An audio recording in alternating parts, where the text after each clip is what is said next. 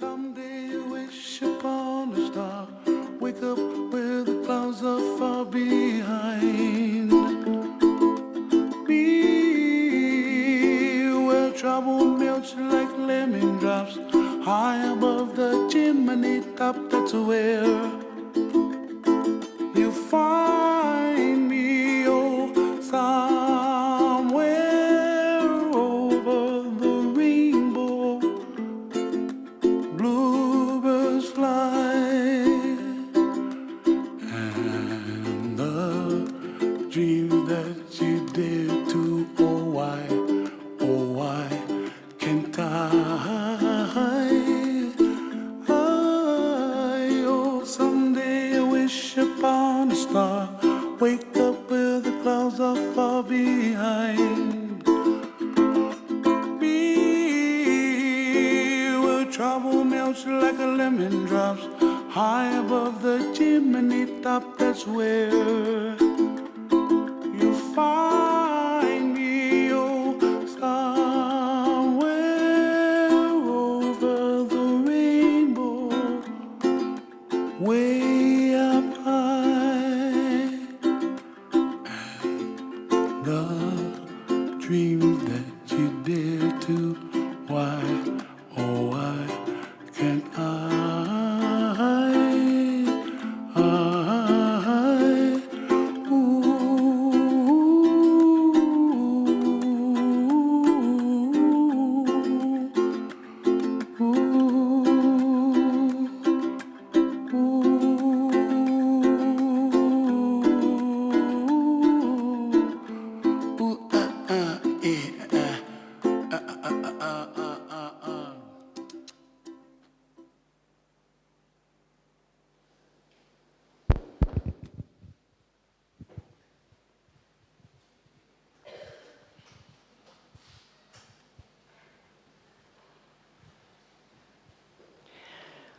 Om Shanti.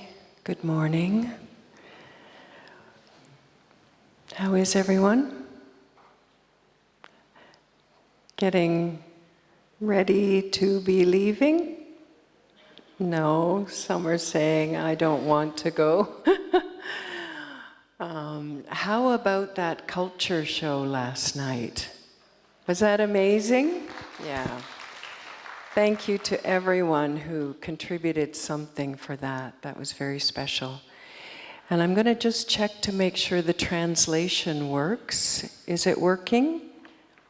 Translation? Yes? Okay, because we had a bit of a change back here. Okay, good. Thank you. So a couple of announcements before we begin this morning. Do all of you know where the taxi list is? Where is the taxi list? The one that has your name, your taxi number, and your time of departure. Top of the dining hall, top of the stairs. As you enter the dining hall, you will want to check that so you know exactly when your taxi is leaving. So please have a look at that today to make sure you're at the right place for your taxi. May we please request that you sign out. You have to sign out, check out of the campus when you leave. Where you first came in reception, at Vishnupuri, remember that first day when you arrived and you filled in your forms? You need to check out. Otherwise, the Indian government will think you're still here. And who knows what they'll do, if they'll go tracking you, I don't know. But really, it is a great service if you check out. Then it means that the institution is clean and closed. We finished having you as a guest. It's very important for us. So if you would please do that, check out before you leave at Vishnupuri. Brother Charlie here is going to speak to us in a moment. Charlie is responsible for the Pacific Australasia region of the Brahma Kumaris' activities in the world, and he will be meeting with anyone from Australia, New Zealand, Asia, Pacific region, today at 5:30 in the meditation hall. So kind of a specific regional meeting for those who would like to meet with Charlie. And is our sister Lindsay here? Lindsay, are you here in this room right now? Anyone see Lindsay? Lindsay, where is she? Is she there? Lindsay? She's on her way. Okay. She's not here yet. Rosemary, is Lindsay here? No. Okay. So does anyone know Lindsay? Okay, so you know Lindsay's been sick for much of this week.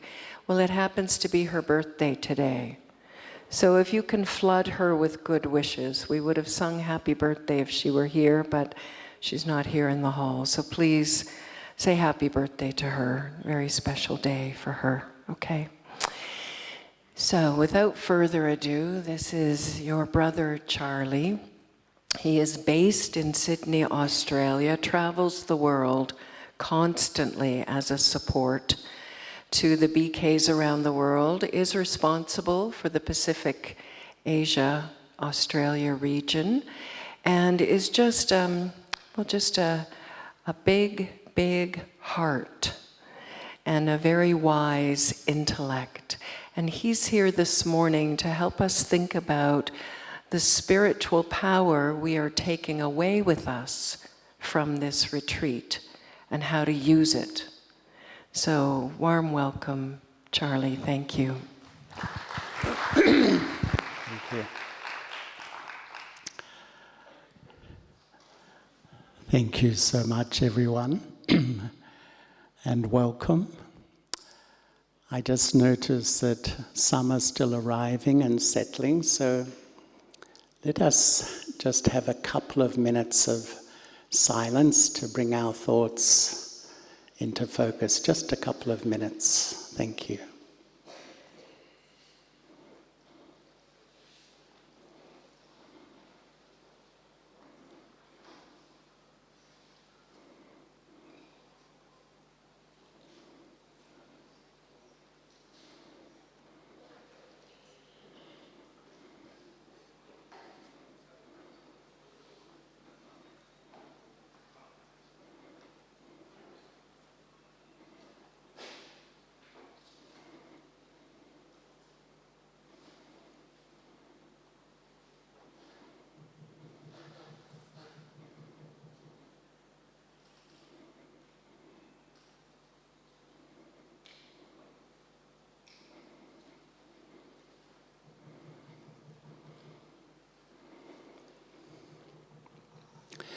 Thank you so much, everyone.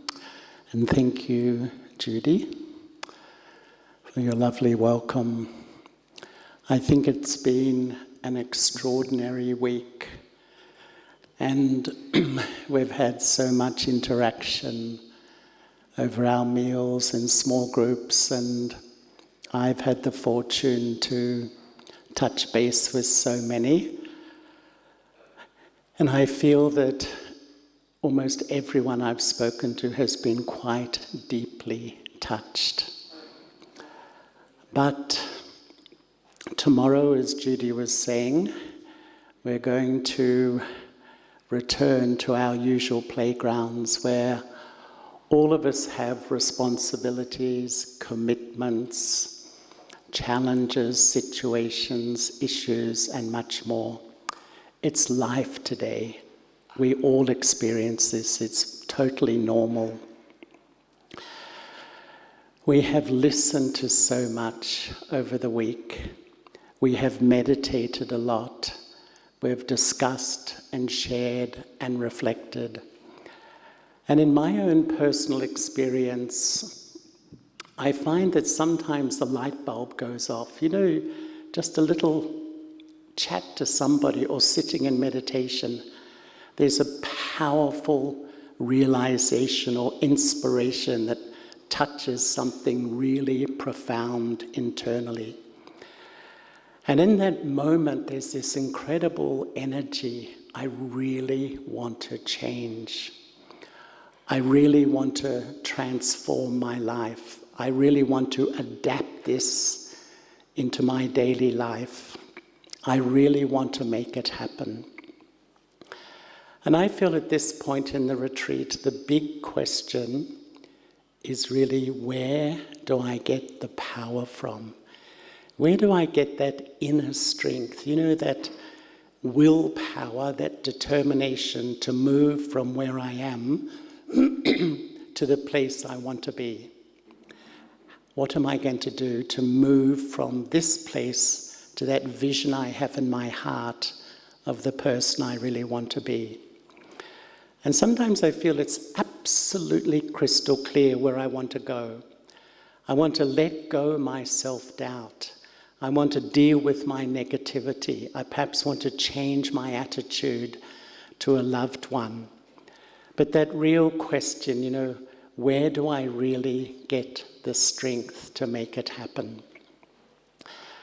And I feel that this is really the spiritual journey, to move from the place where I am with the tools of wisdom and the loving relationship with God to the person that I really want to be. And I've observed there's two paths. I call one the information path. I think we all know the information path. We read all the books, we go to all the seminars, we come to the retreats.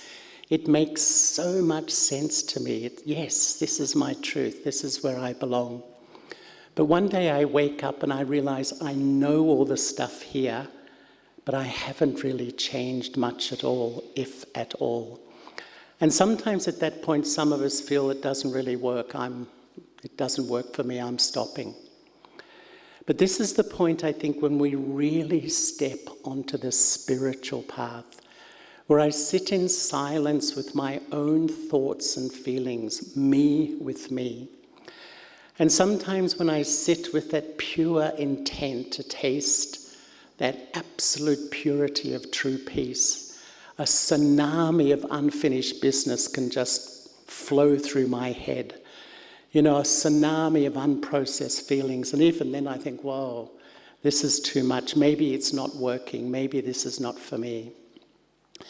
But in my experience, with a little bit of perseverance, a little bit of practice, I move through that jungle, that inner jungle of unfinished business, unprocessed feelings, and find this pristine point of stillness. I am a peaceful soul. Such an incredibly sweet feeling inside. And this is really when I've stepped onto the spiritual journey, I persevere with the spiritual journey, because this is the work we have to do individually when we leave. But often when I hear the word power, it's a really loaded word, isn't it? Don't you feel in this world?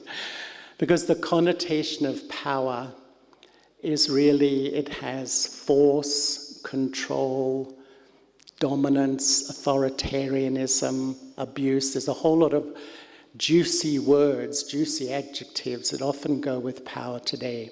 But that's probably what I would call hard power. But spirituality is soft power.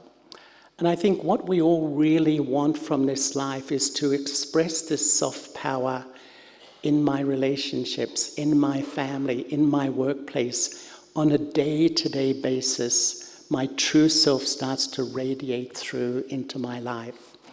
So love, humility, respect, compassion, kindness really become my true nature. And spiritual power is an amazing thing. And to me, one of the main tenets of spiritual power is to take full responsibility for how I feel. This is what Sister Shivani was talking about, that I stop the victim game, I stop the projection, I stop all that stuff.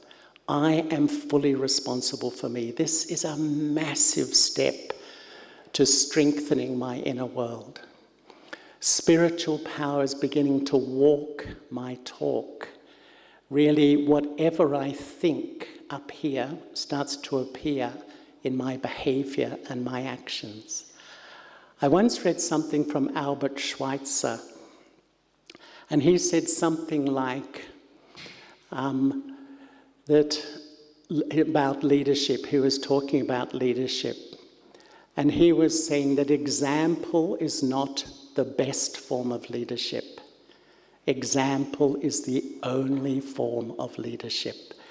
So I really begin to walk my talk, be the person I really want to be. Spiritual power is really finding solutions for my problems so that the problems don't keep recycling inside my head. You know how they go round and round and round and round. They wear me out, they weaken me. And I have been on this journey for a long time. I absolutely love this journey of self-learning, this journey of step-by-step refinding my inner strength and my inner power. It's absolutely lifelong learning. And I can remember when I started my journey, I had a few meditations, and I'm sure some of you have had this week, where I sort of moved through that jungle and I tasted a quality of peace that I'd never tasted before. It came from the core of my being. And I tasted a quality of love from God that I'd never tasted before, a purity of love, an authenticity of love. And when I tasted these things, I had the contrast of what I was like before. And I can remember thinking or realizing previously I'd lost my spiritual power. I'd lost my inner strength. I'd lost my self-respect. I was really on empty. And the sign of emptiness is that everything external impacts internally. Even one word, a facial expression, can impact my internal world so profoundly. And I began to observe how I'd lost my inner sovereignty and how my sense organs were really dominating my thinking and my mind. I'd see a bad behavior. I'd see a situation. I'd let it in my eyes, think. It'd drive my thinking. I hear a comment, I hear a criticism, I hear some news. Let it in my ears, think. A memory would bubble to the surface into my mind and kickstart the mind again. It was like all these internal and external forces were really dominating my inner world. I'd lost my inner sovereignty. And I really began to realize that this journey is this gentle journey of reclaiming the authority of my inner kingdom, not through force and control, but really with love and wisdom. And there were two questions that really began to come up for me. And sometimes I think that spirituality is like having a heart-to-heart conversation with myself, where I sit with myself and I ask myself very honestly. The first question I began to ask, and I still do, who is powerful in my life? It's a really interesting question to ask. Who is powerful in my life? Is it other people? Their opinions, their expectations, their ideas, how powerful are they? They can be so powerful. Is it my emotions? In a millisecond, an emotion of hurt or anger can flow through my mind and instantly my mood can change. Very powerful force, emotion. Is it my karmic story? Am I like a puppet dancing to the tune of my actions of the past? I'm just playing out my old self. Sometimes in psychology they say 70% of our thinking is of the past. Or is it situations? Do situations really come up and dominate my thinking? And I'm always trying to process, understand, find out where I stand. how much are these internal and external forces really dominating me? Or is it the two powerful relationships of life? Because what we're really been on about here is to anchor myself back into my truth, into my true power. I need two loving relationships. First, a loving relationship with myself as a soul. And secondly, a loving relationship with the divine as a soul. And as I start to lay that foundation within my inner world, it's like I anchor myself back into the source of power internally. And my experience was that the more I began to try to anchor myself, those moments, where life, a situation happens, an emotion kicks in, a comment, and the head spins. We just go into this incredible spinning. It didn't go, but it became less and less and less and less as I sort of gently took back the authority of my inner kingdom. So a really interesting question to ask: who is powerful in my life? Second question, what fills me with power and what drains me of power? And I had an imaginary gauge or little barometer in my head, a little power gauge, you can say, because I became so aware of thoughts and feelings that make me feel a bit weak, a bit vulnerable, a bit negative, and thoughts and feelings that seem to root me or connect me back, anchor me back to my power. And as I observed, it was so simple. Simply, when I created thoughts, feelings, actions of love, of respect, of kindness, of compassion, I felt the barometer of power strengthen, go up. I felt settled, stable. But the instant there was negative thoughts, thoughts of fear, resentment, hurt, anger, or wasteful thoughts. When the mind reflects on the past and reworks the past, we just analyze and process, or we project into the future, which is anxiety, really. I just thinking maybe this, maybe that. As I began to observe, the power gauge went down, down, down, down. And I really began to realize there's a deep relationship between waste and power. The more I waste the treasure of thought, the most valuable treasure in life for all of us is our thoughts. And when I waste that quality, that most valuable treasure of life, I lose my power, I feel weak, I feel empty. And I began to see that my whole life happens in my mind. My whole life plays out in my mind. My thoughts, my feelings, my memories, my relationships, all the thinking about people and what's happening. The whole story is playing out in my mind, in my thoughts. And when I really begin to value each thought, that each thought can make me strong, feel resilient, or the next thought can make me weak and lose power. I found the more I paid attention, as soon as the negative and the waste kicked in, I became aware and I tried to revert back so that the barometer of power started to go higher. So I began to ask myself those questions I still ask. Who is powerful in my life, firstly? Secondly, what fills me with power? What drains me? Just begin to observe the self. But thirdly, and probably most importantly, how do I really or genuinely accumulate spiritual power in myself? How do I accumulate, or build a foundation of power within myself? And to me, there's 2 steps. We've been talking about them all week, actually. But as most of you know, when you come to the BKs, it's like we try to go deeper and deeper and deeper into these two things.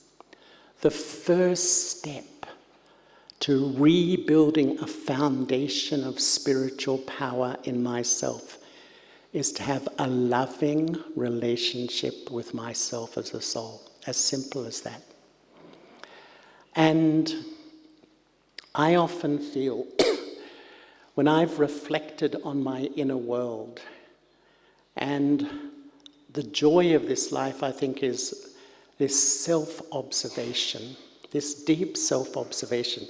That's where we learn, observing my own responses and reactions.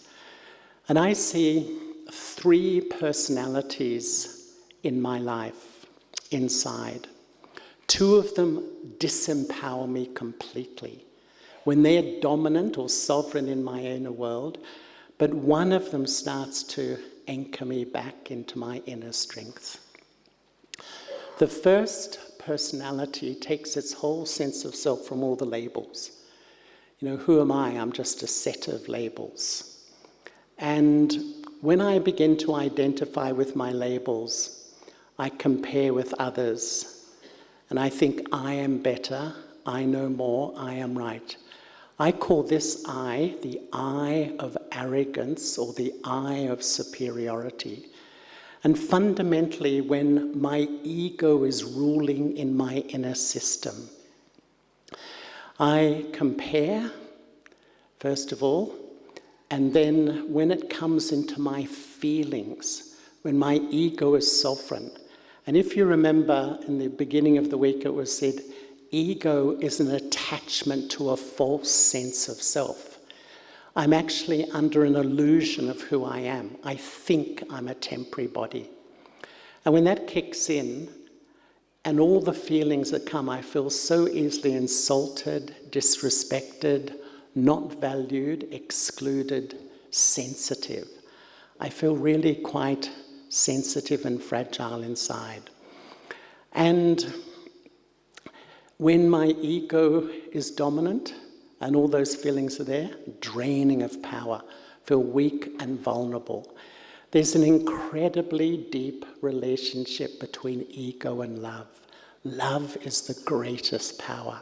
Love is the greatest power of life. And when there's ego, it's like ego makes me feel separate. Ego tells me I don't belong. Ego makes me feel disconnected to myself, to others, to God, to almost everything. The result, draining of power.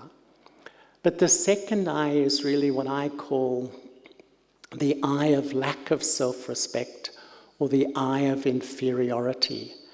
This is the powerful I inside that drains me of my sense of power. And when it is dominant, it takes its sense of identity from all the labels of my body. When this I is dominant, I compare with others and I think others are better. Others know more. Others don't love me. Others don't value me. Others don't respect me. And then when it comes into my feelings, that's when hopelessness kicks in. There's an epidemic of hopelessness in our world at the moment. I feel hopeless, inadequate, unworthy, depressed. In psychology, depression is like a sadness that my dream in life to be loved and valued hasn't happened. But in spirituality, it's like a mourning for the loss of my true identity. And so when I come under the influence of my lack of self-respect, when that's dominant in my inner system, I feel so vulnerable, so weak, so delicate, so fragile. And so when these two are dominant, my ego of superiority and my ego of inferiority, the massive roller coaster, which absolutely disempowers me. But what we've been exploring this week is the original I, the eternal soul. And we can never stop learning about this, I feel. The soul is a point. A point exists but has no length, breadth, or width. It's so subtle. I live in the front of the brain.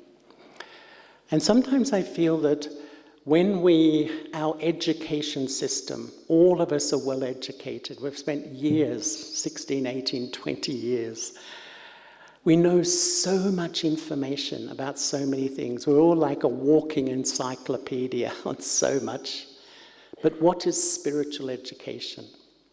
Taking one idea, who am I? Going deeper, deeper, deeper, deeper. I begin to unpack that truth, and I begin to move it from a belief and a theory into a power of peace internally. And sometimes I feel in this spiritual journey, the first step is to know. The second step is to believe. The next 998 steps are educating myself how to convert what I know into what I feel, so I taste it. And fundamentally, the deeper I taste and experience, the more power returns to my inner world, that I am a peaceful soul. It becomes like a power internally. And one image I have for my inner world is like a tree.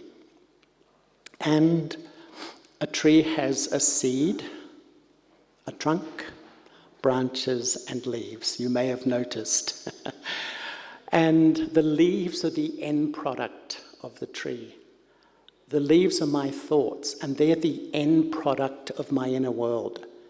But many things are feeding to that point where the leaves are on the top. For most of us, our mind is in overdrive, so many thoughts. Some scientists say we create 70,000 unique thought patterns in a waking day. I don't know how they count them, but it's a lot of thoughts. But what is feeding the thoughts are my mental and emotional patterns, the branches.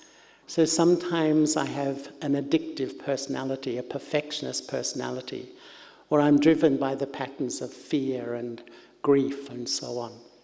But what's feeding the branches is the trunk, my subconscious.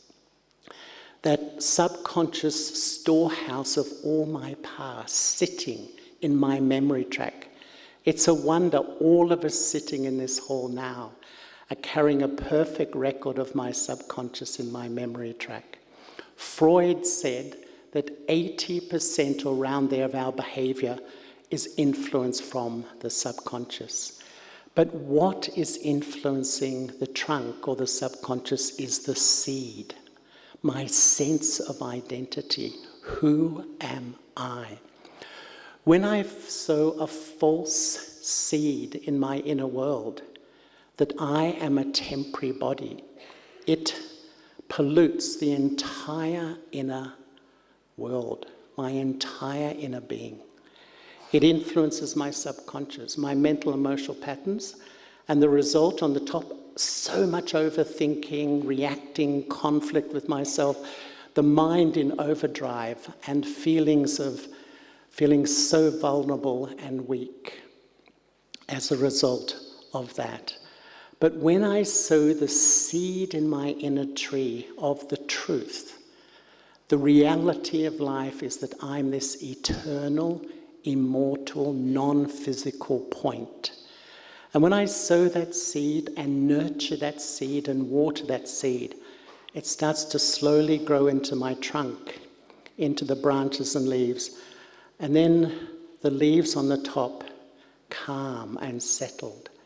And in a way, sometimes when we think I want to change, we want to cherry pick out negative thoughts, or negative feelings. Have you noticed you take out one or two and about 10 or 15 more grow? Have you noticed that? And it's almost an impossible task. What we're saying here is reprogram the seed of my inner world. And this is the first anchor into real, permanent spiritual strength, which will manifest as a resilience and a stability within me. So that first step on accumulating spiritual power, sort of loving myself as a soul. And the second step is really having a loving relationship with the divine as the Supreme Soul. And I am a soul, but I wear a body. And I express myself through this body. I'm this tiny point here. I noticed both Sister Shivani and Sister Genti kept pointing here. This tiny spark of life energy just sitting. But I, the soul, express through my body, and according to the quality of my actions, I know happiness and I know sorrow. I know peace and I know peacelessness. I know love, but I also know loneliness and rejection. I know the duality of life. God, or the divine, is also a soul, but does not have a body. And so doesn't fluctuate like I do, is full of love, full of happiness, and full of peace. As we, or as I understand, the form of God is a point, the soul. A point is changeless. And when I start to connect with this changeless being, it's like that anchor of stability once again. As the world swirls around me, I'm connected to an absolutely stable point. But this soul that human beings give the label of God is not a belief, is not a theory, it's not an intellectual concept, it's not just a point of light on the wall. We're actually talking about a living, aware soul, a living, conscious being. But you can see me because I'm expressing through my body. I'm talking, I'm having gestures with my arms, smiling, I hope, a bit. I'm expressing. I, the soul, express through this form. But God doesn't have a body, so God doesn't express through the sense organs or experience through the sense organs. So this is a completely different type of relationship. I have to, in a sense, relearn or open myself to a new way of connecting. With each other, we connect through the senses. I can see you, you can see me. I can hear you, you can hear me. We interact on that level. But now it's like, I am a living conscious being, and I'm connecting with the divine, who's a living conscious being, but is on a different wavelength, on a different level. And so I need to come up to that level too. And this is why the soul, the Supreme Soul, is eternally soul conscious. Our understanding from the cycle of time, I was also soul conscious. But the more I identified with this, I lost my inner power, became bankrupt of power. And so what I want to do is go back to my soul conscious level, to resonate on that frequency again. And my own experience, the more I learn this incredible art of sitting down or letting go the labels of my body, letting go identifying with my past, just withdrawing, stepping back and sitting lightly and starting to resonate on that sweet frequency of the soul. It's like I begin to resonate on a similar frequency as God. And the more I do, the more I feel close, the more I feel connected, the more I relate. And I start to begin to build a genuine connection, different from a belief. I'm not just sitting believing in a concept. I'm actually, the soul, connecting with the one relationship that's permanent. And sometimes what helped me was the analogy that God is on the FM wavelength, so to speak. And when I am bodily conscious, when I, the soul, think I'm this temporary set of sense organs, the body, I'm on the AM dial. I know the FM exists, but I can't tune in. Sometimes I think that's a lot of what happens when we are on the religious journey. There's a powerful belief, but I can't really connect. If I want to connect, I have to go up to the FM wavelength. I have to learn the art of really becoming soul conscious. And so how do I communicate with each other? We speak, we hear, etc. But here it is thoughts and feelings. I'm actually having a real living connection, but through subtle powers, subtle energy, through thoughts and feelings. In fact, the incredible thing is that when we relate to each other, the greatest impact in the way we communicate is feelings, is vibrations. It's vibrations which really have an impact. They often say when you communicate, you have the verbal part, you're talking, and the non-verbal, which is often your expression and vibrations. And when you get those two messages, one is what you hear and one is what you feel, you always trust your feeling, your vibrations. So in a way, I'm already working more on the energy level of thoughts and feelings.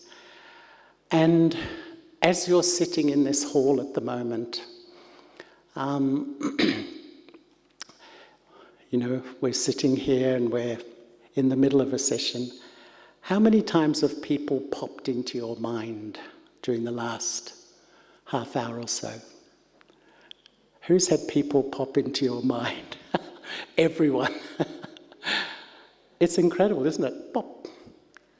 The thought of a family member, pop, someone in this room, and they're on the other side of the world. This is the extraordinary nature of thought.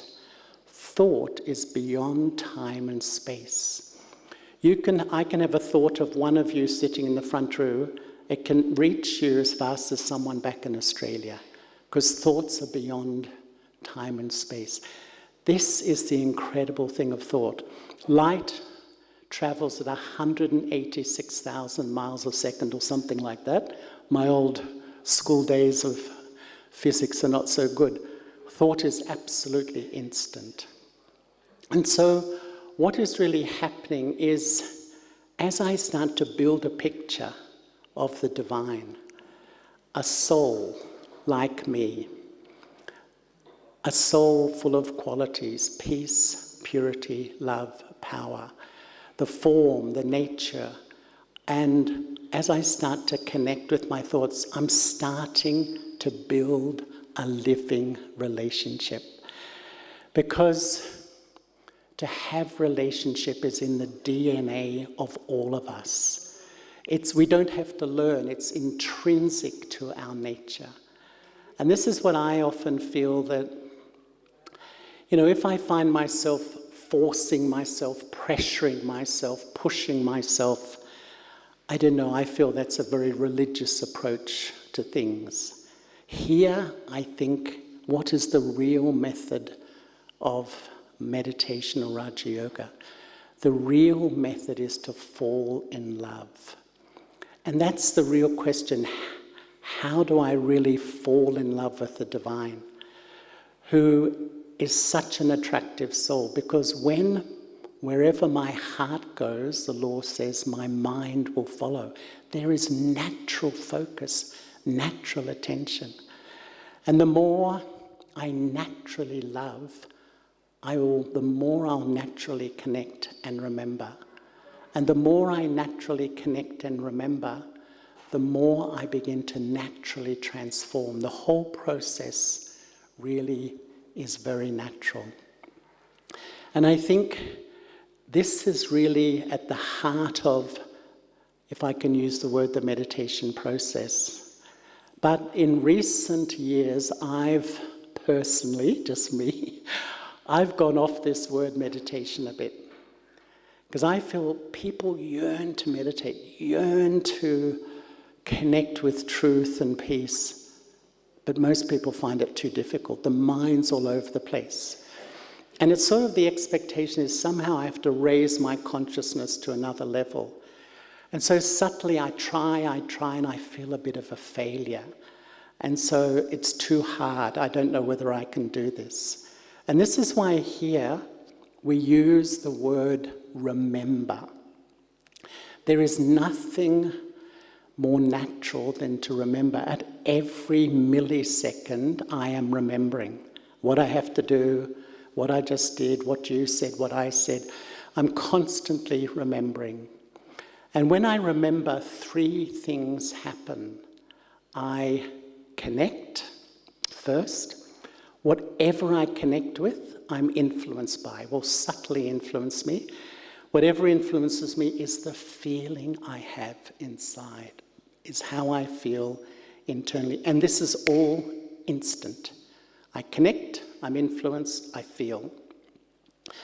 And this is why if you're sitting here now and you remember a family member you're close to, you connect with that family member, you have a close, loving relationship, instantly you're influenced by that love.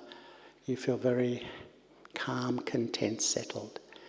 But if you're sitting in one of the seats in this hall, you travel back to your country, to a friend, a family member you're not getting on with, you're in conflict with, the instant, the millisecond, the subtle thread of your intellect touches, you're influenced by that conflict. You feel instantly uneasy. The mind goes into overdrive and discomfort, peacelessness begins to sit inside. When we sit to remember God, what are we really doing? We are beginning to connect. The soul connects with the Supreme Soul. And it's almost like I live stream the qualities of the Supreme into the sacred space of my mind. This energy of love, of purity, of power begins to fill me. And instantly I'm influenced by that and I have the feeling inside. And I think in a sense that on this journey to making or building power within myself, observe what you plug your head into. What do I connect with?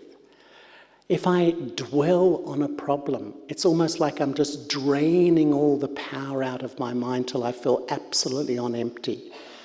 You know, I think about it, I recycle it, I dwell on it, I talk to people, and what happens to me? I lose everything internally. So I feel really sort of vulnerable and weak at that time.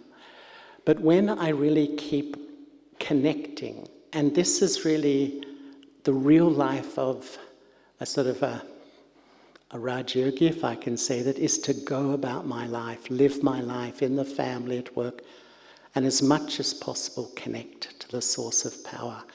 I'm influenced by that. I keep downloading that energy. I'm topping up my power as I go about my life.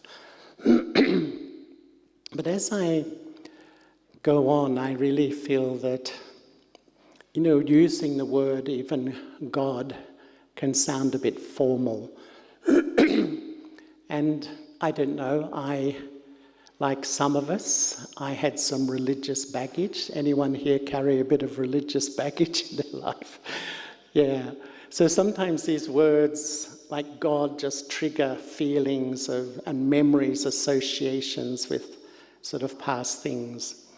And this is why the word, and you've heard it quite a bit here, that we use is Baba, which is like an affectionate term for father. And I'm not really talking about Brahma Baba, the instrument, but Shiv Baba, the Supreme Soul, that I'm developing my own link with the source of spiritual power, which is love, peace, happiness, etc. And so when I begin to lay the foundation of this loving relationship with myself, the loving relationship with Baba, when that foundation starts to kick in, then a wonderful energy begins to flow through my thoughts, my feelings, my behavior, my life, which we call purity. And purity is like my original nature. And to me, purity is a state of being when all aspects of my life are based on truth. When I anchor myself back into the truth of who I am, the one permanent relationship, almost automatically this purity is like the fragrance that emerges from truth and permeates my being. It's like an internal cleanliness and lightness. A lovely lightness begins to enter. And purity is an incredible power. You know, purity is the method to rebuild my self-value. That's one of the greatest journeys on the spiritual path, to rebuild a sense of my own value that is stable and not sort of knocked around by all the changing scenes of life. Purity is the real method for happiness. There's a saying here in India that purity is the mother of peace and happiness. Purity is the real method for spiritual power. Because when I lay the foundation, then the fragrance of purity begins to flush through my system. I then express my power in my practical life, but it's soft power. The power to accommodate, the power to accept difference. We live in a world where people are so different and people are so threatened by people who look different, have different views and perspectives on life. I feel the more I lack self-respect, the more I feel threatened. And yet the beauty, the wonder, and I'm amazed just how different our perceptions are and our understanding of life and life situations. I have a brother who's married, and he and his wife have a big circle of friends. And they used to go to a lot of dinner parties. Actually, my brother has passed away, and coming home from the dinner party, my sister-in-law used to love to debrief on what happened over the table at dinner. I think you know about that. And my brother's perception of the dynamics was totally different from my sister-in-law. And my sister-in-law sometimes used to say, my brother's name's Richard, "Richard, did we go to the same dinner party?" His perception was absolutely diametrically different. This amazing learning that we are different, and we need a spiritual strength just to allow people to be different. There's a myth they call the injection myth, which is the idea that you get an idea in your head and you sort of inject it into another person's mind. Sometimes I think it's like you type up an email in your mind and you press the send button, it goes pop into your inbox, then you understand it like me. And then I tell you my idea, you react. You don't like my idea, you reject it. And we can't understand. It seems so sensible, normal and logical, because we forget that every idea will be distorted by the other party. It'll go through so many filters of their values, of their principles, of their culture, of their mood, of their karmic story. It'll all be distorted, and they will hear it according to the way they will hear it. And this is, I think, an incredible lesson in life, just to accept difference and accommodate people and who they are. I think when I lay the foundation, I have that power. The power of giving. The law of life says, if you want love, give it. If you want respect, give it. If you want cooperation, give it. To me, one of the great secrets of self-transformation is to take in my connection with Baba, and with a mind full of those elevated feelings, give, and give. The more I give, the secret, the less I take hurt, the less I take sorrow, the less I take disrespect. So, and this giving doesn't drain me. Actually, this giving begins to fill me internally.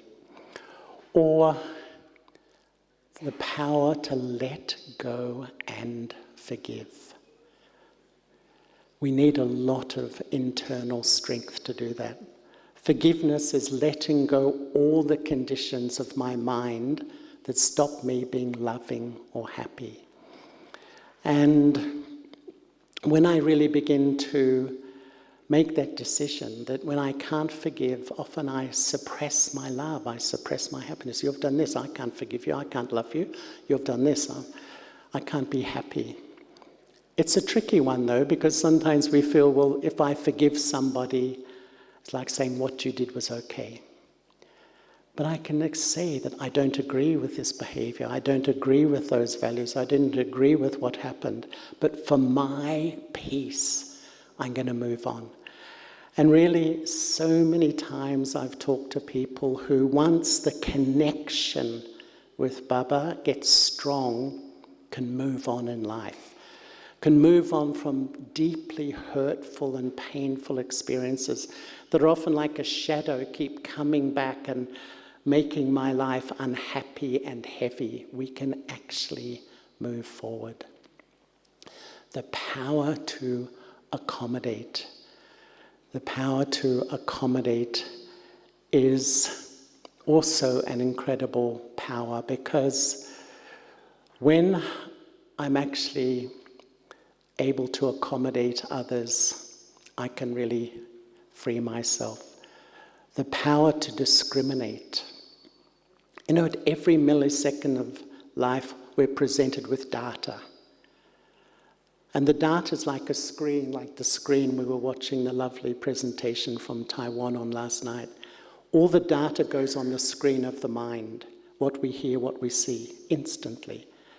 The intellect is that part of me which is assessing all the data. And when the intellect is filled with the truth of who I am and who I belong to, I have an objectivity, almost like a natural detachment, where I can make the right decision. If I keep making the right decisions, I keep developing my destiny, my future. So many powers begin to become a part of my life. The power to tolerate, the power to face. So many powers start to emerge when I really rebuild the inner infrastructure within myself to re-anchor myself into my spiritual power. So I'm going to apply the power of a full stop now. And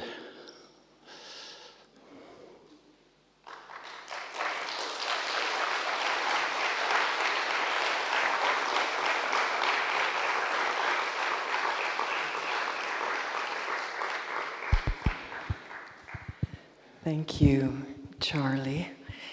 We are going to come back for a part 2 for this conversation, because we wanted to give you a little time for reflection. Because Charlie's here with decades of wisdom, and there may be some questions. So, if you'll join me just for the next 10-15 minutes, I'd like to begin with a short thought experiment, and this will take us 2 minutes. If you can put your pen and paper, everything down next to you, because you will stand in a minute. And I'm going to ask you just to sit very comfortably and if you got to stretch a little bit because you've been sitting for a while, that's fine. Do that. But I'd like you just to sit very comfortably in the place where you are right now. And I mean that physically in this chair, but also in your life. You are who you are in this moment. Just sit in it. This is me. And if you can close your eyes for a moment, I would like you to turn your head up just slightly so that you visualize standing in front of you the person you would like to be. As you develop, as you take this wisdom and knowledge into you, as you go back to your homes, your families, your work, your friends, your community. Visualize in front of you that person you are becoming, that person you would like to be. Just lifting your head gently so that you can look up at this person standing in front of you. Visualize, what are they like? What are you like in your best, your highest, your aspirational self, the you that you are becoming, the you that you wish to become. Fill in some of the details for yourself.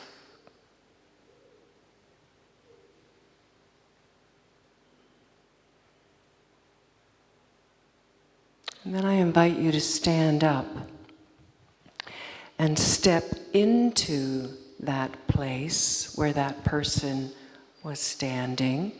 And I'd like you to turn and look at the chair behind you. And on this chair, I'd like you to visualize the self that you are now. And I would like you to look at that self with a big smile, the heart full of love and appreciation, and with sweet words of encouragement. I'd like you to reach out your hand to that one and visualize the person on the chair standing up and meeting you eye to eye. Look into the eyes and offer sweet words of encouragement and wisdom to who you are now from your highest self. What would you say to encourage you to move forward? And now visualize above you a light shining down between the two of you, this light from God coming to embrace you both. And feel the white light pulling the you, the best you, together with the you that you are now. And divine light brings the best out of you, the love of God like an embrace around you as you turn gently and sit back in your chair.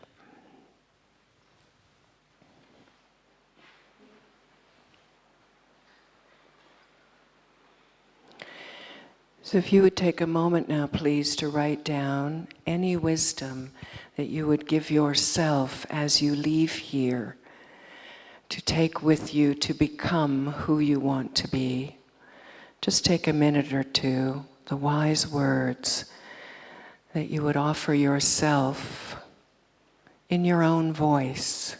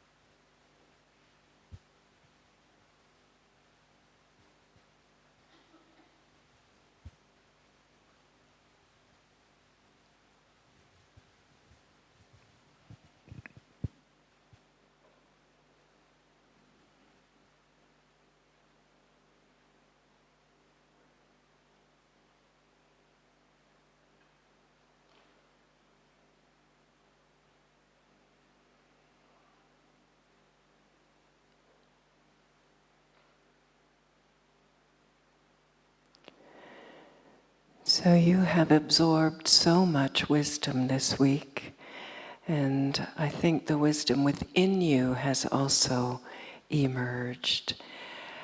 We'd like you now, of course you're taking that back with you. You will continue to blossom and grow and develop on your own path, on your own journey. I'd like to take just 5 more minutes now before we go for break, for you to just turn to anyone sitting near you and share anything you would like. Also, if there are any practical questions that come to mind for you as you think about carrying this wisdom you have gained here back into your very real home and family and workplace and community. So take the next 5-6 minutes with anybody sitting next to you, any practical questions that come to mind for you as you think about moving back to your home and to your place. And have a conversation with someone near you. Terry and I think somebody somewhere, Rosemary, have pieces of paper here. And they will circulate at some point, not right now, you begin your conversation, but at some point they will be here with paper. If you would like to write a question down, we will come back and answer those questions after break. Okay? So get practical now. There's some real practical things that are coming to mind for you. Please talk about them for the next 5-6 minutes together, and then just get a piece of paper and write it down, and we will collect them up for after the break. Okay? All right. Enjoy your conversation.